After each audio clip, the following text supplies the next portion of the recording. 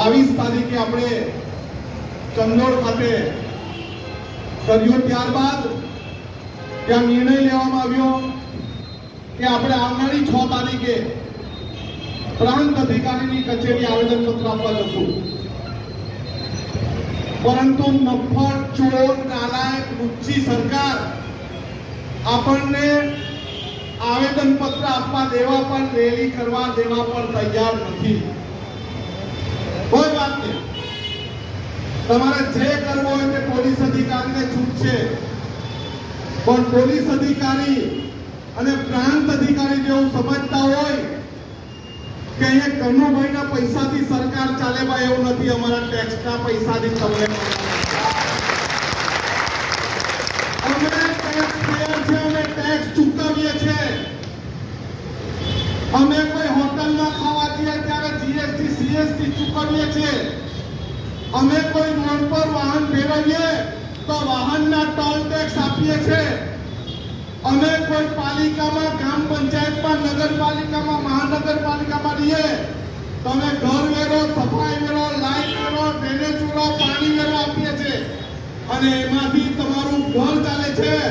એટલે પોલીસ અધિકારી અને પ્રાંત અધિકારીને કહેવાનું કે તમે ભૂલી જજો કે આ કનુભાઈના પૈસા છે, અમારા પૈસા છે,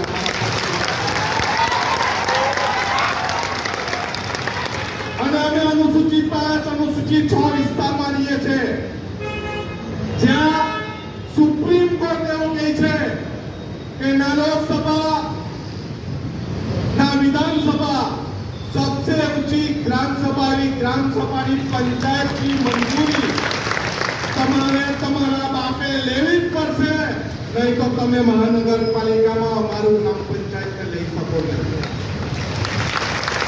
તમને અત્યારે વરુણભાઈ વાત કરી, તમને અત્યારે નીતિનભાઈ વાત કરી કે નગરપાલિકા, મહાનગરપાલિકામાં સમાવેશ થાય તો શું થાય?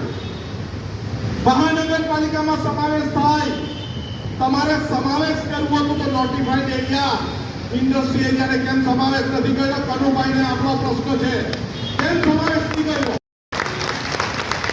બીજા જે નજીકના ગામો છે એ ગામોનો કેમ સમાવેશ નહીં કર્યો?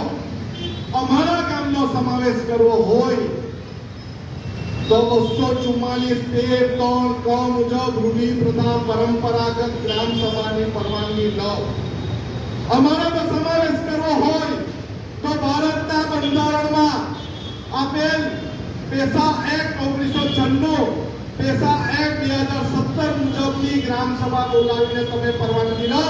પરંતુ તમારે ચોરી છુપીથી, દાબ દબાણથી અમને ગુમરાહ કરીને પંચાયતને જોડવાના હોય તો અમારે તમારો વિરોધ છે।